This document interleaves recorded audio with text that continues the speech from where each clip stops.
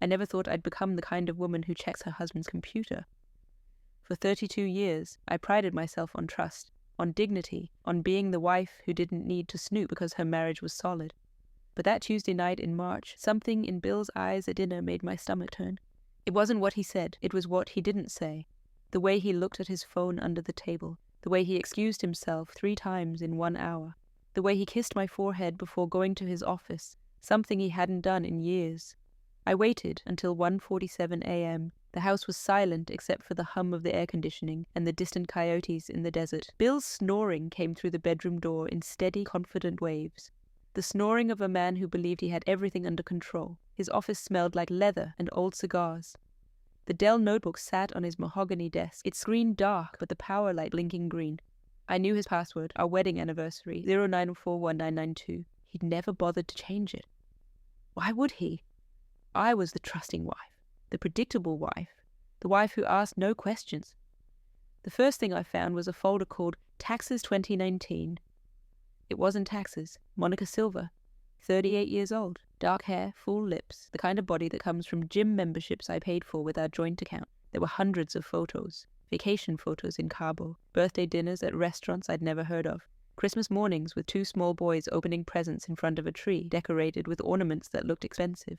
Professional ornaments, the kind you don't buy at Target. My hands trembled, but I kept scrolling. The boys were twins, Lucas and Mateo, born in 2018. They had Bill's nose, Bill's chin, Bill's way of tilting their heads when they smiled. 6 years old. Bill had 6-year-old sons I'd never met. I covered my mouth to keep from screaming. The clock on the wall, an antique Bill's mother Gloria had given us for our 20th anniversary, ticked away the seconds. Each tick felt like a nail being driven into my chest. But it got worse. There was a subfolder labeled Documents. Inside, I found bank statements for an account I didn't know existed.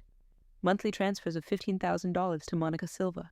An apartment in Tempe purchased in 2019 for $890,000. A life insurance policy with Monica as the sole beneficiary worth $5 million. And then I found it, the document that made everything else seem almost bearable in comparison. Petition for conservatorship, my name at the top. Olivia Marie Porter, a psychiatric evaluation dated 3 months ago, signed by a Dr. Richard Hoffman, whose name I'd never seen before, declaring me mentally unfit to manage personal and financial affairs due to progressive cognitive decline and paranoid delusions. Paranoid delusions? I read it 3 times to make sure I understood. Bill wasn't just cheating on me. He wasn't just supporting another family. He was planning to have me declared mentally incompetent, to lock me away somewhere and take everything. At the bottom of the document, 2 witness signatures. The first was Jason, my son. My 29-year-old son who worked at his father's company, who called me every Sunday, who brought me flowers on Mother's Day. The second signature made my vision blur. Brenda Hayes, my sister, 4 years younger than me. The sister I'd supported through 2 divorces. The sister whose mortgage I'd helped pay when she lost her job in 2015. The sister who came to Thanksgiving every year and hugged me and told me I was the strong one. I sat there in the dark, staring at their signatures until the letters stopped making sense. Outside, the sky was beginning to lighten. The first birds were starting to sing. Somewhere in this house, my husband was sleeping peacefully, dreaming of the future he'd planned without me. I thought about our wedding day, the way Bill looked at me when I walked down the aisle, the way he promised to love me in sickness and in health.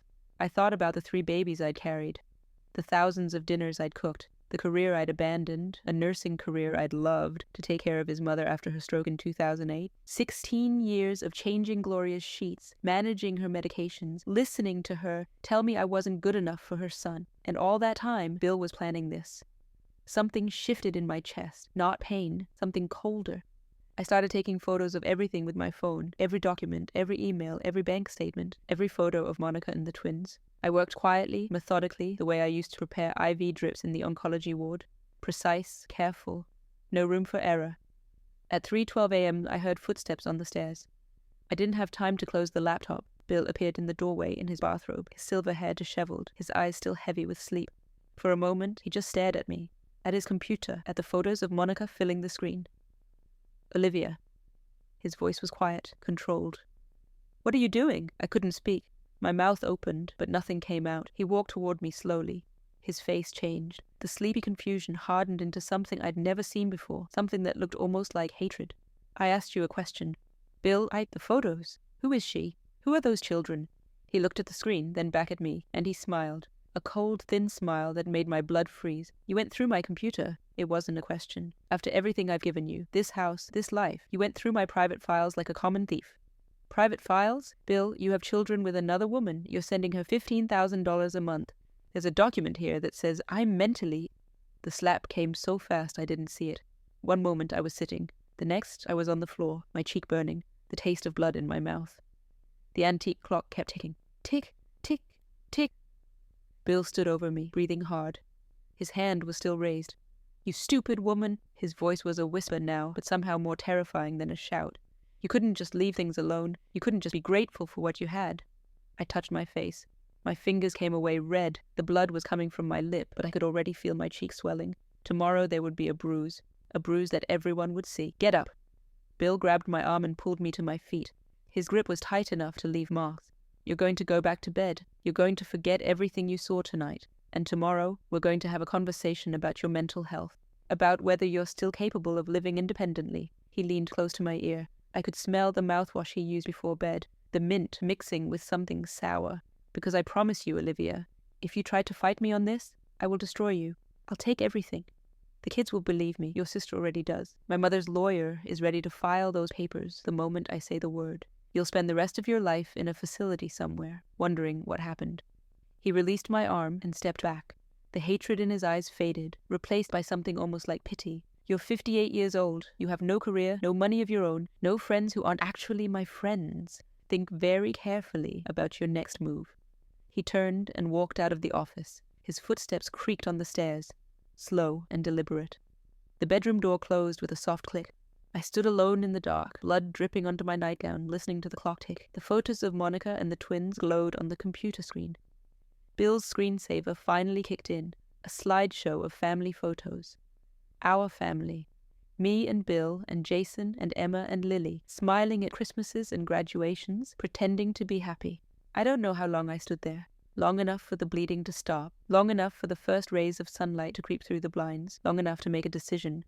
Bill thought he'd won. He thought the slap, the threats, the document with my son's signature would be enough to keep me quiet. He thought I'd spend the night crying, terrified, ready to surrender. He didn't know me at all. I went to the bathroom and cleaned my face. The bruise was already forming, dark purple against my cheekbone, impossible to hide. Good. I wanted people to see it. I wanted them to ask questions. Then I went back to the office. Bill had taken his laptop to the bedroom, but I still had my phone. I still had the photos of every document, and I knew things he didn't know I knew.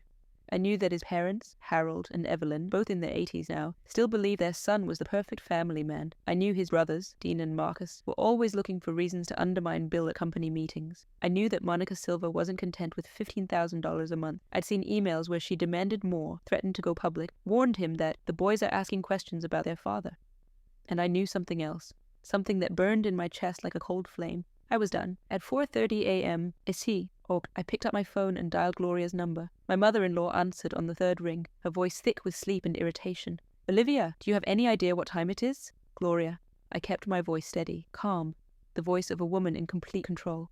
I'm sorry to wake you, but I need you and Harold to come to the house tomorrow morning. Early, around 8. Tomorrow? Olivia? What on earth? It's about Bill, about the family, about some things that have come to my attention that I think everyone needs to know. There was a pause. I could hear Harold mumbling in the background. What kind of things? Gloria's voice had sharpened. Alert now. Suspicious. I'd rather discuss it in person. Can you call Dean and Marcus as well? I think they should be here too. Another pause. Longer this time.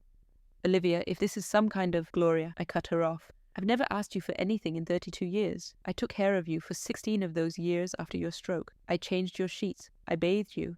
I held your hand during physical therapy while your son was traveling for business, or whatever he was actually doing. So I'm asking you now, as a favor, to come to breakfast tomorrow morning. 8 o'clock, can you do that?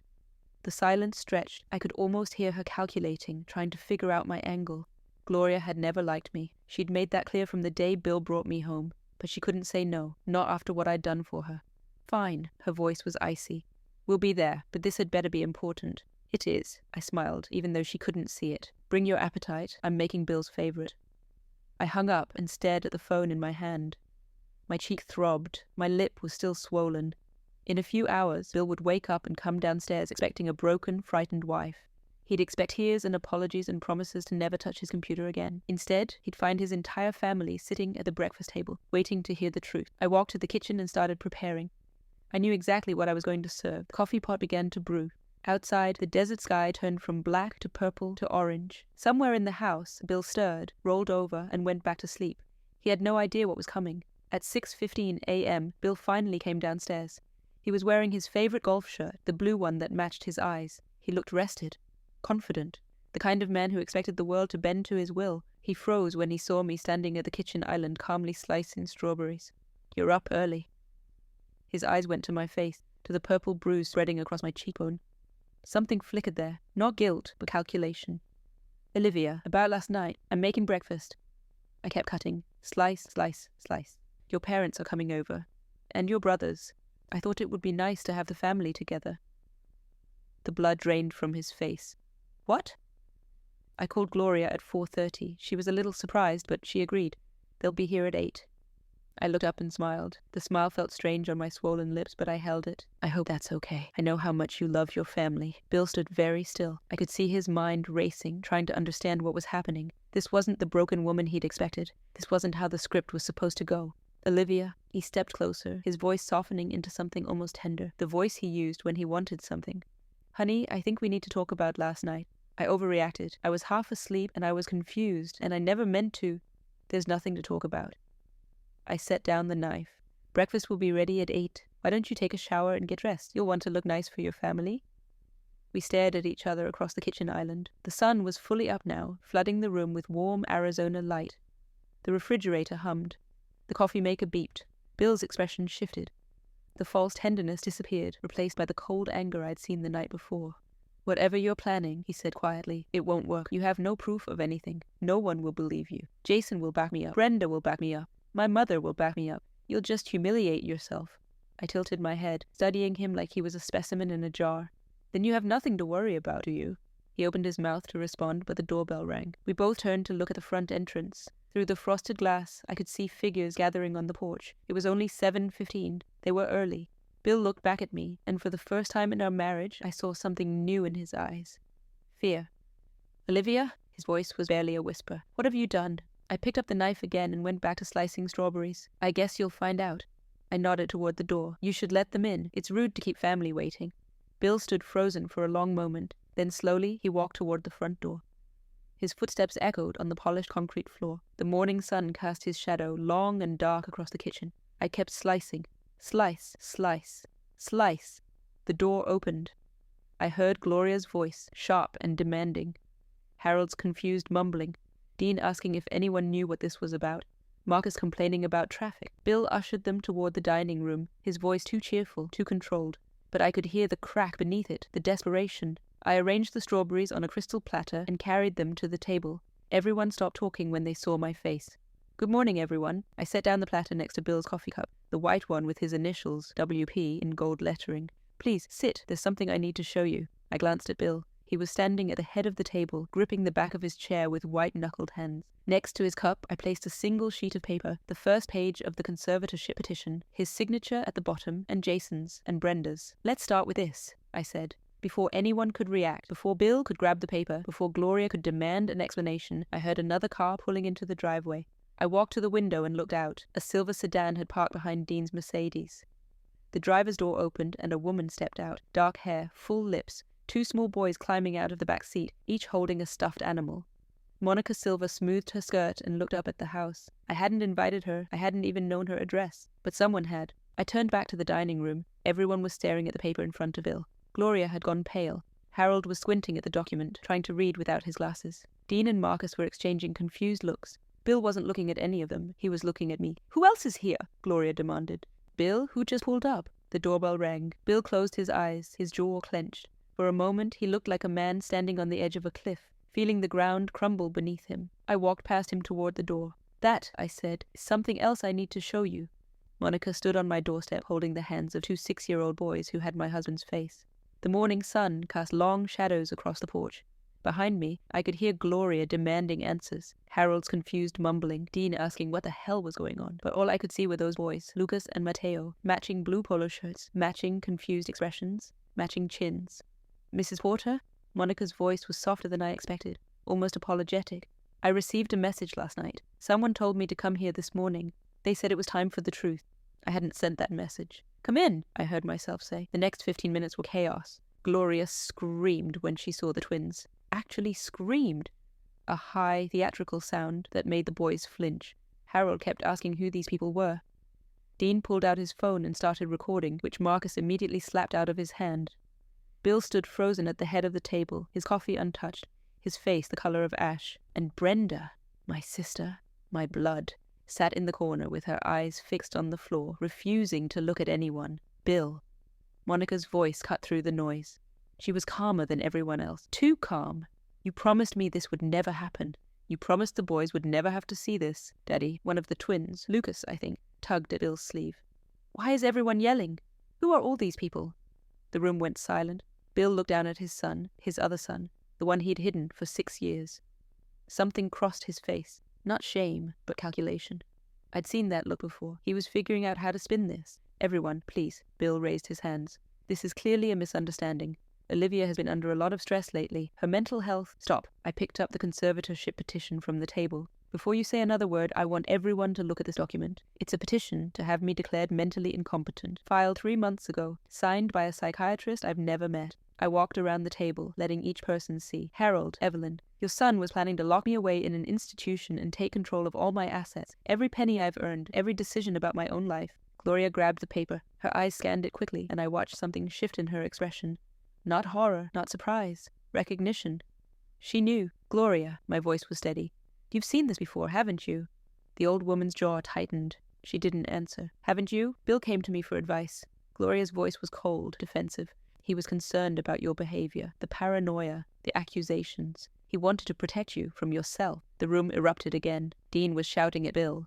Marcus was on his phone, probably calling a lawyer. Monica was trying to cover the twins' ears, but I stayed focused on Gloria. On the woman I'd cared for during 16 years of recovery. The woman whose sheets I'd changed, whose medications I'd managed, whose hand I'd held during physical therapy while her precious son was off building a second family. And the signatures. I pointed to the bottom of the page. "Jason, my son, and Brenda, my sister." All eyes turned to Brenda. My sister finally looked up. Her face was blotchy with tears, but there was something else there too, something that looked almost like relief. "Livy, I can explain. Can you?" I walked toward her. "Can you explain why you signed a document designed to have me institutionalized? Can you explain why you've been helping my husband plan my destruction while coming to my house every Thanksgiving and hugging me and telling me you love me?" Brenda's mouth opened and closed. No words came out. "Show them." Monica's voice startled everyone. She was standing by the window now, arms crossed, watching the scene with an expression I couldn't read. "Show them the emails." I turned to look at her. "What emails?" Monica laughed, a bitter, exhausted sound. "You think I'm the only one he's been paying off? Check his messages to Brenda, the ones from January." My phone was still in my pocket. I'd photographed everything last night, including Bill's email folders.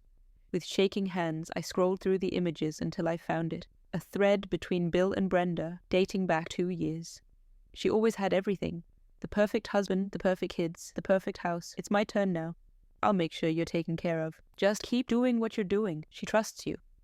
The new necklace is gorgeous. Thank you. Should I wear it to Thanksgiving?" I read the messages out loud. Each word felt like glass in my throat. The jewelry, the necklace I'd complimented last November, the one Brenda said she'd bought at an estate sale. Bill had given it to her. Bill had been buying my sister's loyalty for years.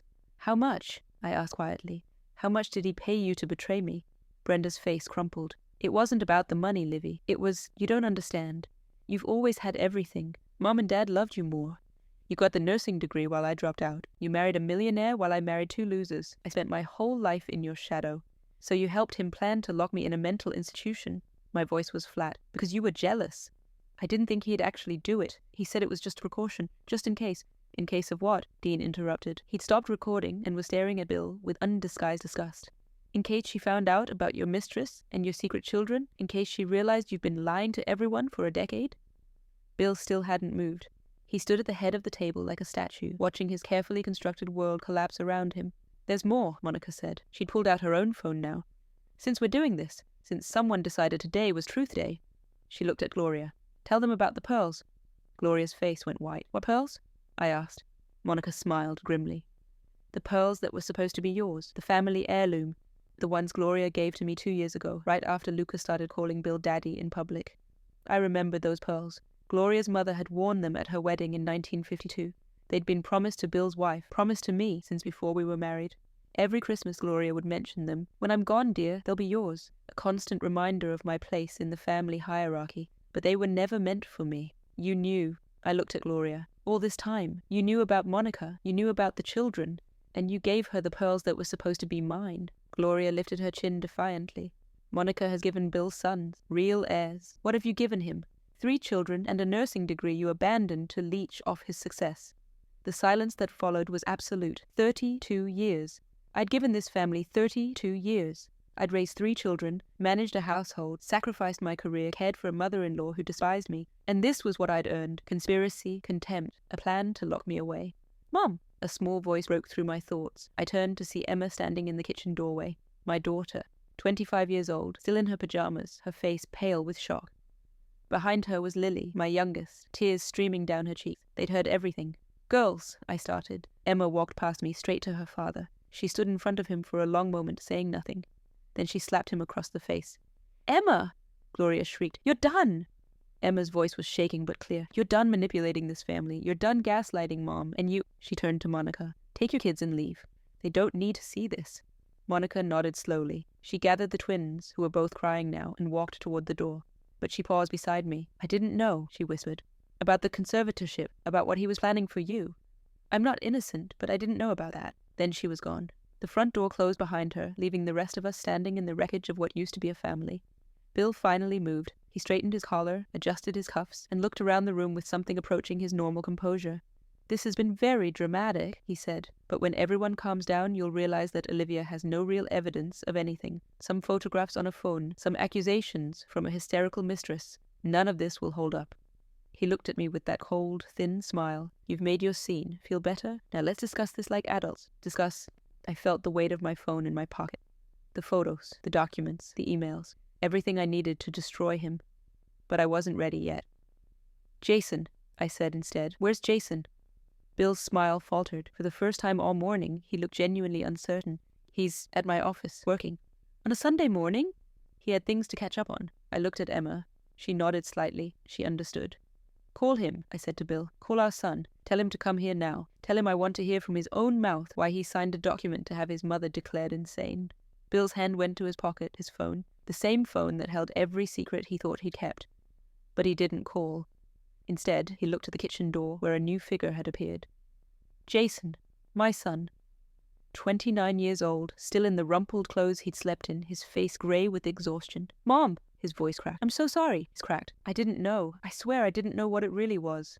Dad told me it was just, he said you were sick, that you needed help, that signing would protect you. Did he pay you too? My voice came out colder than I intended. Jason's face crumpled exactly like Brenda's had. No, but he... Jason's voice dropped. He said if I didn't sign, he'd fire me. He'd cut me off. He'd tell everyone I was a failure. I looked at my son, at the fear in his eyes, at the shame. Bill had turned my own child into a weapon against me. Jason reached into his jacket pocket and pulled out his phone. There's something else. His hand was trembling. Messages from Dad. Messages. Telling me what to say if you ever ask questions. Telling me to lie. He held out the phone. I didn't take it. Not yet. Why now? I asked. Why are you telling me this now? Jason's eyes filled with tears. Because I heard you. Last night. Crying. He swallowed hard. I came home late and heard you crying through the bathroom door. And I realized I was helping him destroy you. The way he destroyed me. The way he destroys everyone who isn't useful to him anymore. The morning sun had shifted, casting long shadows across the dining room. Gloria was clutching her pearls. The ones she'd replaced, I realized, with cheaper copies. Harold had fallen asleep in his chair. Dean and Marcus were whispering urgently in the corner. And Bill stood alone at the head of the table, watching his son betray him, with nowhere left to hide. 3 days after the breakfast, I found myself alone in a house that no longer felt like mine. Bill had moved to a hotel. The Scottsdale Princess, of course. Nothing but the best for a man whose life was falling apart. He'd taken 2 suitcases and his laptop, leaving behind 32 years of shared existence, as if they weighed nothing at all. Gloria hadn't spoken to me since that morning. Neither had Harold. Dean had called once, awkwardly, to say he was processing things, and would be in touch. Marcus sent a text that read simply, "This is between you and Bill. And Brenda." My sister had tried calling 17 times. 17 voicemails I couldn't bring myself to delete or listen to. Her name on my phone screen made my stomach turn. The house echoed with silence. 8,000 square feet of polished concrete and floor-to-ceiling windows, and I wandered through it like a ghost. The refrigerator hummed. The air conditioning cycled on and off. The antique clock in the living room kept ticking, marking seconds I no longer knew how to fill. Emma and Lily had wanted to stay, but I'd sent them back to their apartments. They had lives, jobs, futures that didn't need to be derailed by their mother's collapsing marriage. Jason had disappeared somewhere, back to work, I assumed, back to the office where his father's name was on every door. I hadn't looked at his phone yet, the messages from Bill, the instructions on how to lie to me. I wasn't ready. On the fourth morning, I woke at 3 a.m. and couldn't fall back asleep. I made coffee I didn't drink and sat at the kitchen island, staring at the spot where I'd sliced strawberries while my world burned. That's when I started remembering our wedding day. Bill in his rented tuxedo, nervous and young, promising me forever in a small church in Phoenix. His parents hadn't approved. Gloria had wanted him to marry someone with money, with connections, not a nursing student from a middle-class family. But Bill had chosen me anyway, or so I'd believed. Jason's birth. 47 hours of labor, an emergency C-section, and Bill pacing the waiting room because he couldn't handle blood. I'd held our son alone for the first hour of his life, wondering why my husband wasn't there. Later, he brought flowers. Roses. The same roses he'd eventually send to Monica. Emma, 2002. Lily, 2 more pregnancies, 2 more deliveries where Bill was present but somehow absent, always on his phone, always stepping out for important calls. I told myself it was work, building the business, providing for our family. Gloria's stroke. I closed my eyes and let that memory wash over me. The phone call at 2 a.m., Bill's voice, panicked for once in his life. Mom's in the hospital. They don't know if she'll make it. She'd made it, but the recovery took years. Years of physical therapy, speech therapy, occupational therapy, years of doctor's appointments and medication management and the slow, grinding work of helping someone relearn how to live. Bill couldn't do it. He was too busy with the company, too important, too essential. So I did it. I quit my nursing job, the career I'd loved, the identity I'd built, and became Gloria's full-time caregiver. I bathed her, dressed her, fed her when her hands shook too much to hold a spoon. I held her through the nightmares and the frustration and the moments when she'd look at me with pure hatred and say, "You're not my daughter. Where's my son?" 16 years. I gave that woman 16 years of my life, and in return she gave my pearls to my husband's mistress. I laughed, a broken, hollow sound that echoed through the empty kitchen. The cruelty of it was almost impressive, almost artistic in its completeness. My phone buzzed. A text from Emma. "Mom, are you okay? Haven't heard from you." I typed back, "Fine, just thinking. Can I come over?" "Not today, sweetheart. I need some time." I set the phone down and noticed my hands were shaking. Not from anger, from something deeper, something that felt like grief. I'd built my entire life around this family.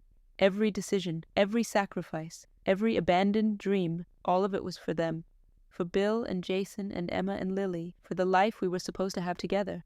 And now I was 58 years old, with no career, no income, and a husband who'd been planning to lock me away while he lived happily with his mistress and their twin sons. I walked to the bedroom, our bedroom, though it felt obscene to call it that now, and opened my closet. In the back, behind the evening gowns I'd worn to Bill's company parties, there was a cardboard box I hadn't touched in years.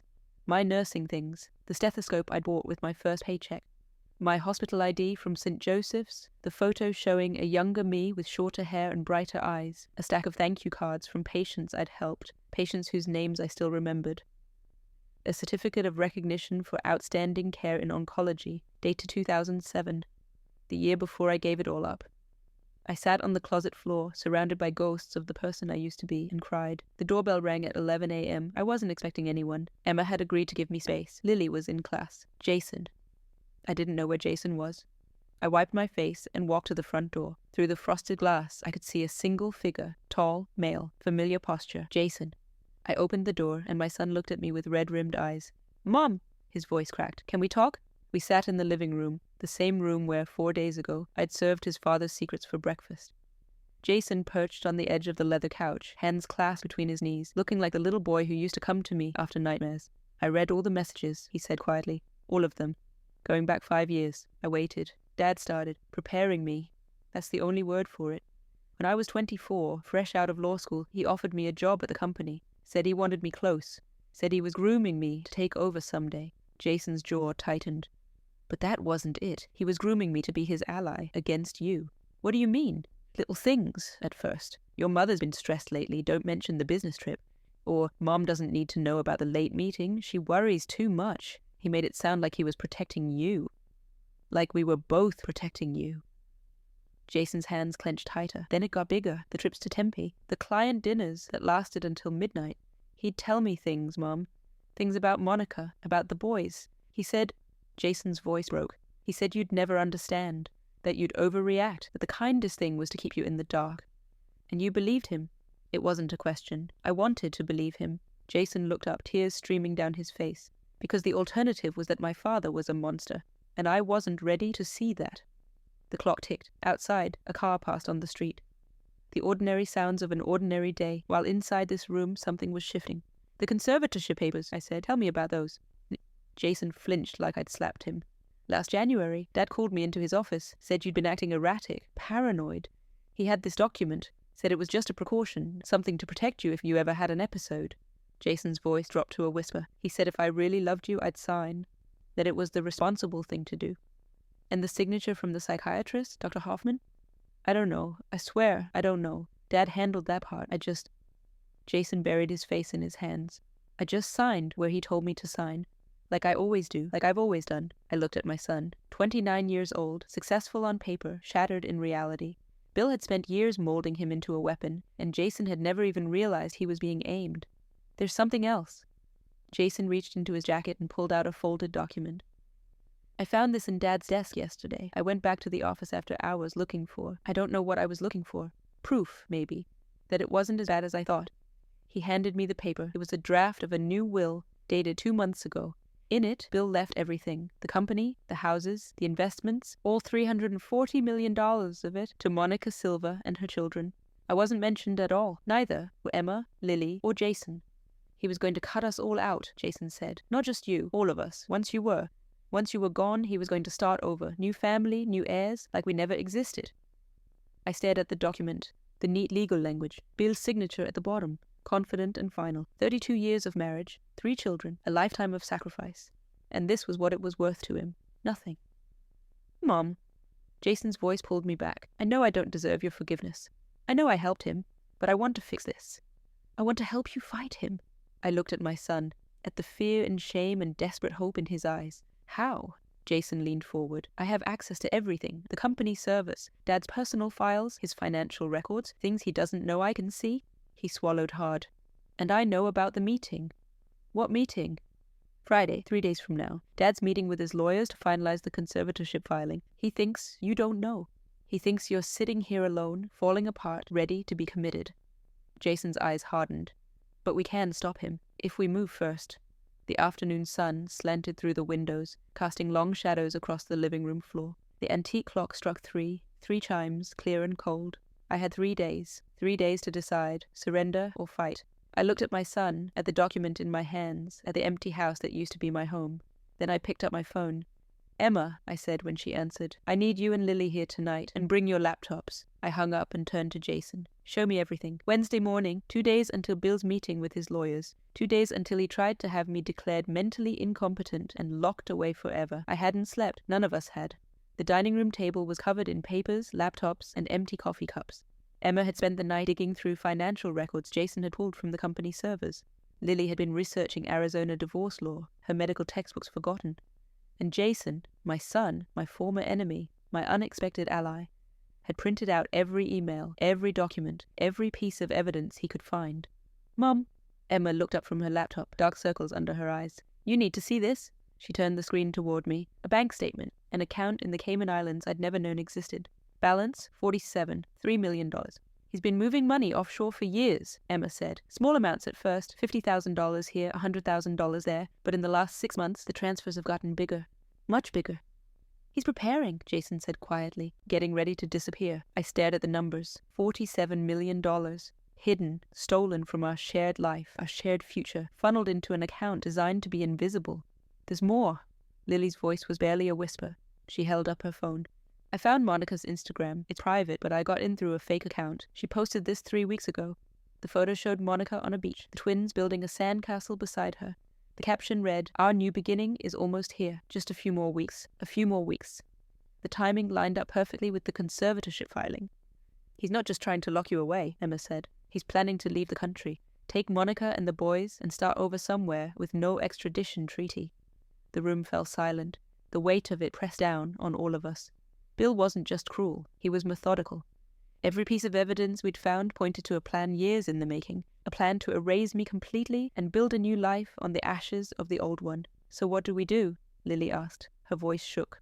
I looked at my children, my 3 children, gathered around me for the first time in years, united against the man who was supposed to protect us all. We fight, I said, but we fight smart. The law office of Martinez and Chen occupied the top floor of a glass tower in downtown Scottsdale. I'd found them through a recommendation from Emma's college roommate, a divorce attorney in Phoenix who specialized in high-conflict, high-asset cases. Victoria Chen was in her early 50s, with silver-streaked hair and eyes that missed nothing. She listened to my story without interruption, her expression unreadable. When I finished, she was quiet for a long moment. "Mrs. Porter," she finally said, "in 23 years of practice, I've seen some spectacular cases of marital fraud. But this..." She shook her head. "This is something else. Can you help me?" Victoria leaned forward. "The conservatorship petition is fraudulent. The psychiatrist's signature, Dr. Hoffman, appears on several other documents in our database, all connected to your husband's company. He's not a licensed psychiatrist. He's not even a real doctor. He's a paid signature." I felt something loosen in my chest. The document that had terrified me for days was worthless. A forgery. "As for the financial matters," Victoria continued, "Arizona is a community property state. Everything acquired during your marriage, the company, the real estate, the investments, belongs equally to both of you. The offshore accounts are illegal transfers of marital assets. When we present this to a judge, your husband will face serious consequences." "What kind of consequences?" Victoria smiled. It was not a warm smile. Contempt of court, potential criminal charges for fraud, and given the evidence of domestic violence, she glanced at the photos of my bruised face that Emma had taken the morning after the slap. "A restraining order that will keep him away from you and your children." For the first time since that night in Bill's office, I felt something like hope. "There's one more thing," I said. I handed her the draft will Jason had found. "He was planning to disinherit all of us." Victoria studied the document. Her eyebrows rose slightly. "This is dated after the conservatorship petition, which means he intended to have you declared incompetent first, then change his will while you had no legal standing to contest it." She looked up. "Mrs. Porter, your husband isn't just planning a divorce. He's planning a complete financial annihilation of you and your children. Can we stop him?" "We can do better than that." Victoria pulled out a yellow legal pad. "We can file first. Tomorrow morning, before his meeting with his lawyers, we file for divorce, request an emergency asset freeze, and submit the evidence of fraud to the family court. By the time he walks into his lawyer's office on Friday, his accounts will be frozen. His conservatorship petition will be worthless, and he'll be facing a restraining order." I thought about Bill, about the cold smile he'd given me the night he slapped me, about the whispered threat, "Tomorrow you'll understand your place." "Do it," I said. Thursday morning, one day until Bill's meeting. I woke at 5 a.m. to a text from Victoria. "Filing submitted, asset freeze granted. Restraining order hearing scheduled for 2 p.m. today." It was happening. After 32 years of building a life around Bill Porter, I was finally tearing it down. But there was one more thing I needed to do. I drove to Mesa, to Brenda's house. My sister's yard was overgrown, the paint peeling on her shutters. I remembered helping her buy this house in 2015, writing a check for the down payment from our joint account. Bill's money, I thought at the time, though now I knew it was ours. Brenda opened the door in her bathrobe, her face pale and puffy. She'd been crying. "Good." "Livy!" Her voice cracked. "I've been trying to call—" "I know." I didn't move to hug her, didn't step inside. "I'm not here to forgive you, Brenda. I'm not sure I ever will be." Her face crumpled. "I'm so sorry. I was jealous and stupid, and I know why you did it." My voice was calm, colder than I'd ever heard it. "You spent your whole life resenting me. That's your burden to carry, not mine." Brenda was crying now, mascara running down her cheeks. I felt nothing. "I came to tell you something," I continued. "Bill is going to lose everything. His company, his money, his freedom. The lawyers are filing today.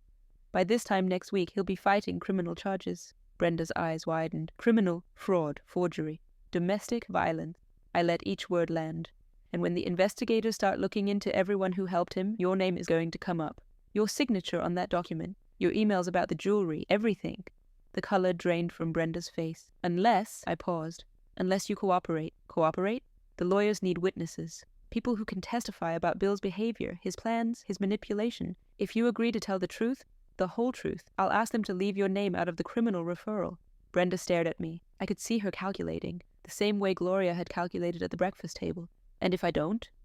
I shrugged. "Then you can explain to a judge why you signed a fraudulent conservatorship petition and accepted $127,000 in jewelry as payment for betraying your own sister." The silence stretched between us.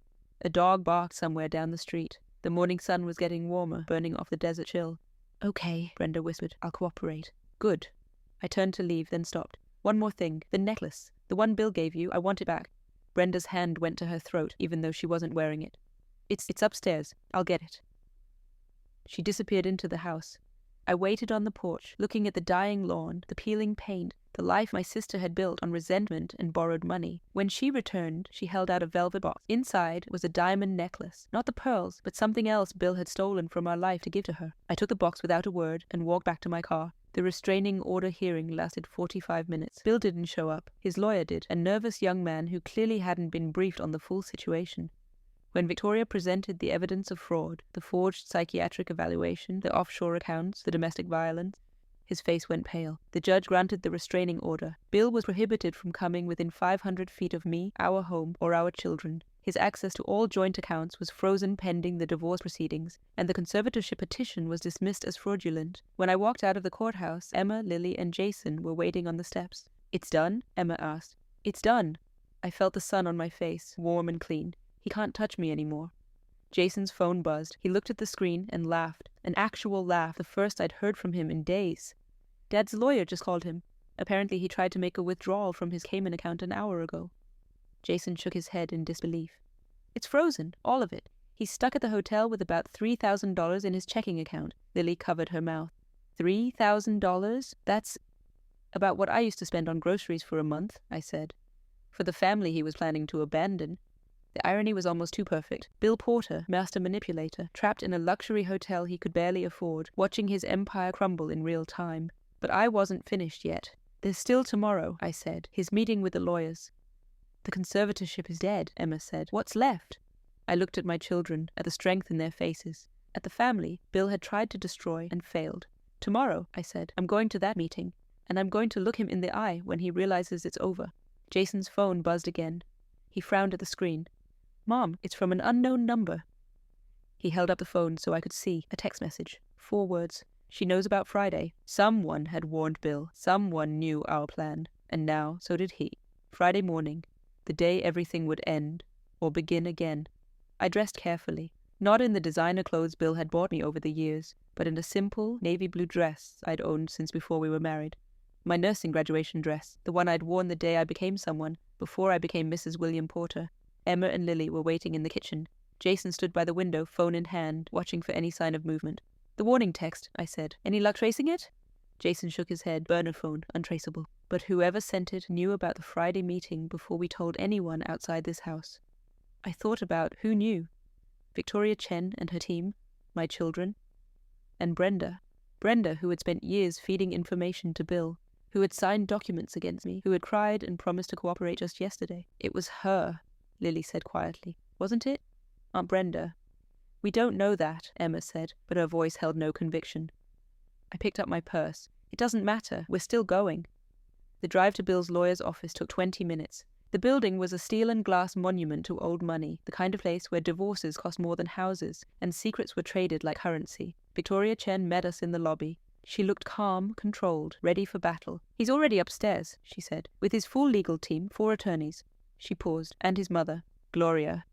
Of course Gloria was here. The woman who had given my pearls to my husband's mistress. The woman who had called me a leech. The woman I had bathed and fed and cared for during 16 years of recovery. "Good," I said. "I want her to see this." We took the elevator to the 12th floor. The conference room had floor-to-ceiling windows overlooking downtown Scottsdale, the desert stretching brown and gold toward the mountains. Bill sat at the head of the table, flanked by his attorneys. Gloria was beside him, clutching her replacement pearls, her face set in stone. Bill looked up when I walked in. For a moment, just a moment, I saw fear flash across his face. Then the mask slipped back into place. "Olivia." His voice was smooth, controlled. "I wasn't expecting you." "I know." I took the seat across from him. Victoria sat beside me. Emma, Lily, and Jason filed in behind us. Bill's eyes went to Jason. Something shifted in his expression. Confusion, then betrayal, then cold fury. "Jason!" Bill's voice hardened. "What are you doing here? With them?" Jason didn't flinch. "I'm here with my family, Dad." "I am your family." "No." Jason's voice was steady. "You're the man who tried to destroy my mother, who manipulated me for years, who was planning to cut all of us out of your will and disappear with your mistress." He pulled a folder from his bag and slid it across the table. "And I have the proof." Bill's attorneys exchanged glances. One of them, the oldest, with silver hair and a pinched expression, leaned forward. "Mr. Porter, perhaps we should—" "Be quiet." Bill's voice was ice. He was staring at Jason with an expression I'd never seen before. Pure hatred. You ungrateful little traitor, after everything I gave you, the job, the money, the future I was building for you. A future built on fraud, Jason said, on forged documents and hidden accounts and a plan to have Mum declared insane. He looked at Gloria. Grandmother knew. She helped you. She gave the family pearls to your mistress while Mum was still caring for her. Gloria's face went red. How dare you? It's true. I spoke for the first time since sitting down. And I have the emails to prove it. The correspondence between you and Monica Silva discussing how to handle me once the conservatorship was approved. Gloria's mouth opened and closed. No words came out. Victoria opened her briefcase and placed a thick folder on the table. Mr. Porter, I'll be brief. We have evidence of marital fraud, illegal asset transfers, forgery of legal documents, and domestic violence. The offshore accounts have been frozen, the conservatorship petition has been dismissed, and as of yesterday my client has been granted a restraining order against you. Bill's lead attorney grabbed the folder, scanning the documents with increasingly wide eyes. This can't. He looked at Bill. You told us this was a straightforward mental health intervention. You said your wife was unstable and needed help.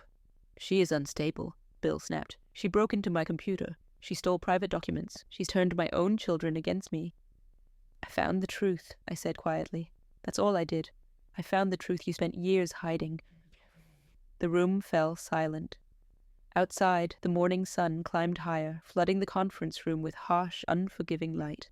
Bill leaned back in his chair. The mask was cracking now. I could see the desperation beneath it, the cornered animal calculating its last options. This isn't over, he said. You think you've won, Olivia? I built an empire. I have resources you can't imagine.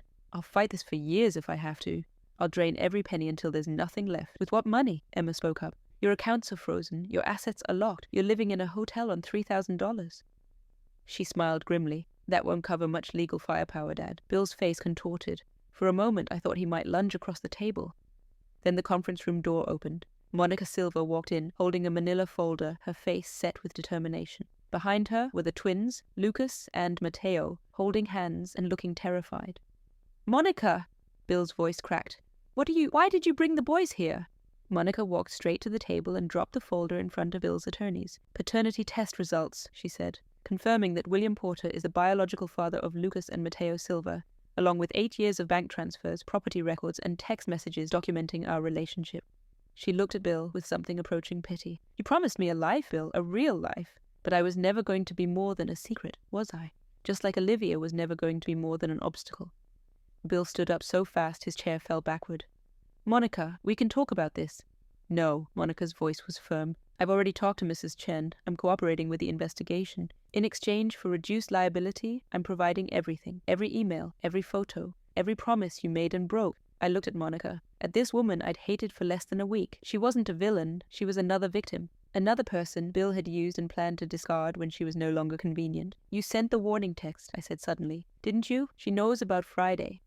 Monica met my eyes. I wanted him to sweat, to know what was coming and not be able to stop it. A ghost of a smile crossed her face. Consider it an apology. From one woman he betrayed to another. Gloria stood up, clutching the table for support. Her face was ashen. This is madness. Bill, tell them it's not true. Tell them it's true, Mother. Bill's voice was hollow now, empty. All of it. The silence that followed was absolute. I watched Bill Porter, my husband of 32 years, the father of my children, the man who had tried to destroy me, crumble in real time. His attorneys were already packing their briefcases, distancing themselves from the wreckage. Gloria had collapsed back into her chair, tears streaming down her face. And Monica stood with her sons, watching the man who had promised her everything realize he had nothing left. Jason walked around the table and stood beside me. Emma and Lily joined him, forming a wall between me and the man who had hurt us all. It's over, Dad, Jason said quietly. You lost. Bill looked at his son, at all of us. For a moment I thought I saw something human in his eyes, regret, maybe, or the ghost of the man he might have been. Then his face hardened again. This isn't over, he said, but his voice was weak now, broken. I'll find a way. I always find a way. I stood up and looked at him one last time. No, Bill, you won't. I picked up my purse. Goodbye. I walked out of the conference room with my children behind me. Victoria stayed to handle the paperwork, the divorce filings, the asset division, the criminal referrals that would follow. In the elevator, Lily started to cry. Emma put her arm around her. Jason stood rigid, staring at the floor. Mom, he said quietly, I'm sorry for everything, for believing him, for not seeing. You see now, I said, that's what matters. The elevator doors opened onto the lobby. Sunlight streamed through the windows, warm and golden. We walked out together, a family, broken and healing and finally free. But as we reached the car, my phone buzzed. A text from Victoria. Bill just collapsed. Ambulance called. Apparent heart attack. I stared at the message. Emma looked over my shoulder and gasped. Mom? I didn't respond. I just stood there in the parking lot, phone in hand, watching the ambulance lights appear in the distance. Karma, I thought, works faster than lawyers. But I felt nothing. No satisfaction, no grief, just emptiness. And a single question, what now? Bill survived. 3 days in the ICU, 2 stents in his heart, and a prognosis that would keep him bedridden for months. The doctors said stress had triggered the attack. I could have told them that. 32 years of lies will do that to a person. I didn't visit him in the hospital, neither did Emma or Lily. Jason went once, stood in the doorway for 10 minutes, said nothing, and left. He told me later that Bill had looked small in that hospital bed, fragile, human. I almost felt sorry for him, Jason said. And then I remembered the conservatorship papers. The signature he forced out of me, the life he was planning to steal from you. Gloria visited every day. She sat by his bedside, holding his hand, whispering reassurances. The devoted mother, the woman who had conspired to destroy me and was now playing the martyr for anyone who would watch. I let her. I had bigger things to focus on. The divorce was finalized 6 weeks later. Victoria Chen had done extraordinary work. The offshore accounts, all 47 phones, $3 million, were clawed back and added to the marital estate. The company assets were frozen pending investigation. The house in Scottsdale, the vacation properties in Aspen and Cabo, the investment portfolios and retirement accounts, all of it split down the middle. My share came to $168 million. I read the number 3 times before it felt real. $168 million. More money than I could spend in 10 lifetimes. Blood money, in a way. Payment for 32 years of sacrifice, 16 years of caregiving, and 1 night of violence that had finally set me free. Bill fought every step of the way, of course. From his hospital bed, he directed his new legal team to file motion after motion, delay after delay. But Victoria was relentless, and the evidence was overwhelming. In the end, he had no choice but to sign. The criminal case was still pending. The fraud charges, the forgery, the domestic violence, His attorneys were negotiating a plea deal that would keep him out of prison. His health was too fragile, they argued, for incarceration. But he would lose his business licenses, his reputation, the empire he'd spent 40 years building. Karma, I thought again, works in mysterious ways. I sold the house. I sold 8,000 square feet of polished concrete and painful memories, gone to a tech executive from California for $88 million. I didn't keep a single piece of furniture. Not the dining table where I'd served Bill's secrets for breakfast. Not the kitchen island where I'd sliced strawberries while my world burned. Not the antique clock that had ticked away the seconds of my captivity. I bought a smaller place in Sedona, an adobe house with 3 bedrooms, a garden full of desert wildflowers, and a view of the red rocks that changed color with every sunset. The first night I slept there, I dreamed of nothing. Pure, empty, peaceful nothing. Emma helped me move. Lily painted the guest bedroom a soft lavender, her favorite color since childhood. Jason built bookshelves in the living room, filling them with the nursing textbooks I'd kept all these years, the ones I thought I'd never open again. "Are you going back?" he asked one afternoon, running his fingers over the spine of a pharmacology manual. "To nursing?" I thought about it. 58 years old, 20 years out of practice, a lifetime away from the person I used to be. "Maybe," I said, "someday, when I remember who I am without him." Monica called 3 weeks after the divorce was final. I almost didn't answer. But something made me pick up, curiosity maybe, or the strange kinship that comes from surviving the same storm. "Mrs. Porter." Her voice was hesitant. "Olivia, I wasn't sure you'd talk to me." "Neither was I." A pause. I could hear the twins in the background arguing over something. Normal sounds, the sounds of a life moving forward. "I wanted to thank you," Monica said, for not destroying me too. "You could have. You had every right." I thought about the woman I'd been 6 weeks ago. The woman who'd found photos of Monica on her husband's computer and felt her world collapse. I'd hated her then, blamed her, wanted her to suffer the way I was suffering. But Monica hadn't made Bill into a monster. He'd always been one. She was just another victim who'd believed his lies. "What are you going to do now?" I asked. "Move back to New Mexico. My mother's there. She'll help with the boys." Another pause. "Bill's been calling, begging me to bring them to the hospital. He says he wants to be a father. A real father. And?" I hung up. I smiled. The first genuine smile I'd felt in weeks. "Good," I said. "Take care of yourself, Monica. Take care of those boys." "You too, Olivia." I hung up and looked out at the red rocks, blazing orange in the afternoon sun. Somewhere out there, Bill was lying in a hospital bed, realizing that every person he tried to control had slipped through his fingers. His wife, his children, his mistress, his empire. He had nothing left but Gloria, and even she, I suspected, would eventually see him for what he really was. Brenda came to see me once. She drove up from Mesa on a Sunday morning, unannounced, and stood on my doorstep with a cardboard box in her hands. Her eyes were red. She'd lost weight. "I brought your things," she said. "Photos from Mom and Dad's house, things you left behind when you got married." I took the box without inviting her in. "I know you'll never forgive me," Brenda continued, "and I don't expect you to. But I wanted you to know I've started therapy. I'm trying to understand why I became the person who could do that to you." I looked at my sister, at the woman who had signed documents to have me declared insane, who had accepted jewelry as payment for betrayal, who had spent a lifetime resenting me for things I'd never controlled. "I hope it helps," I said, and I meant it. Brenda nodded, tears spilling down her cheeks. She turned and walked back to her car. I watched her drive away, then closed the door and carried the box inside. Later, I opened it. Old photographs, birthday cards, a dried corsage from my high school prom, artifacts from a life I barely remembered. At the bottom, wrapped in tissue paper, was a small velvet pouch. Inside were my grandmother's pearls, not Gloria's family heirloom, but my own. Simple freshwater pearls my grandmother had worn on her wedding day, passed down through generations of women who'd survived hard times with grace. I'd forgotten I'd left them at my parents' house, forgotten they existed. I held them up to the light, watching them glow soft and warm. These, I thought, these are mine. 6 months later, I sat on my patio at sunset, a glass of wine in my hand, watching the red rocks turn from orange to pink to purple. Emma was inside, making dinner. Lily was arriving tomorrow for a long weekend. Jason called every Sunday now, real calls, not the obligatory check-ins of before. We talked about his new job at a different firm, about the apartment he'd rented across town, about the therapy sessions he'd finally started. "I'm learning," he told me last week, "how to be a person Dad didn't create." Gloria had stopped speaking to me entirely. Fine by me. Harold had passed away peacefully in his sleep 2 months ago. Natural causes, the doctors said. Dean and Marcus were fighting over the remains of Bill's company, too busy with lawsuits to remember I existed. Bill himself had recovered enough to move into an assisted living facility in Phoenix. He'd tried calling me once, from a number I didn't recognize. I let it go to voicemail. "Olivia," his voice said, thin and tired. "I know you won't believe this, but I'm sorry for everything. I was wrong. I deleted it before he finished. Some apologies come too late, some damage can't be undone with words, and some people don't deserve the closure they're seeking." I took a sip of wine and watched a hawk circle over the desert, riding the thermals, completely free. Was I happy? I wasn't sure. Happiness felt like too simple a word for what I'd become. I was something else now, something harder and softer at the same time. A woman who'd lost everything and found herself in the wreckage. My phone buzzed. A text from Emma. "Dinner's ready. Come inside." I stood up, brushed off my dress, and walked toward the light spilling from my kitchen window. My grandmother's pearls hung around my neck, warm against my skin. Behind me, the desert stretched endless and wild. Ahead, my daughter waited with a meal she'd made with her own hands.